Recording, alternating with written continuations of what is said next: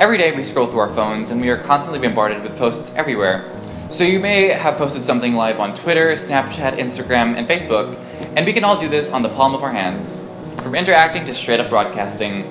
So when you backtrack even just like a few years ago, this was pretty much unimaginable, and the stuff of science fiction.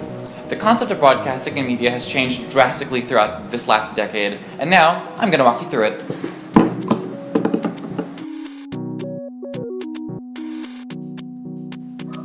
So, as early as 1895, the first broadcasting of a radio transmission consisted of Morse code. Afterwards, music and talking via radio was introduced experimentally around 1905 all throughout 1906, but this was eventually made commercial in the 1920s. Nearly the entire planet had a broadcasting system by the 1950s. This was more often than not operated or regulated by the government. One of the most significant changes occurred in the 1960s with the introduction of the small and affordable radio with a portable transistor.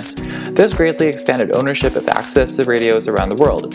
Today, most countries have evolved into dual systems of state-sponsored or commercially made content. Alongside the medium of radio is television. Before we were introduced to digital television, the world's mode of entertainment was through a TV set that had moving images. Back in the 1880s, an inventor created simplistic moving pictures through a filtered light viewed through a spinning disc. And in the 1920s, a number of scientists began experimenting on developing still images through the use of radio waves. It wasn't until 1928 when the General Electric emerged with the idea of an invention that could show moving images with the technology to widely broadcast. Moving forward to the 30s and 40s, technology continued to improve, and it wasn't until the Second World War ended where television as a basic home device began to really flourish. By 1954, the first color broadcast was made. In the late 1960s, television became a common necessity in every family household, where it was known to be the dominant media force with their 24-hour programming, mass advertising, and shows. By 1980, satellite television shrunk the world by making live feeds possible, and the new millennium brought the arrival of digital television, which is known to be the future of television. Now, another dominant device that many people in the world use today is the smartphone. The first smartphone invention dates back to the 1970s, but it wasn't until 1992 when IBM made a prototype mobile phone that had a PDA, or a personal digital assistant, feature. It was the year 1994 that saw the actual smartphone that could receive calls, send faxes, emails, and whatnot.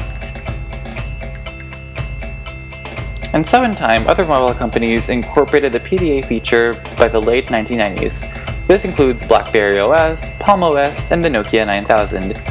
By the time of the early 2000s, technological advancements led us to an even more refined version of the smartphone, and this introduced us to the first iPhone.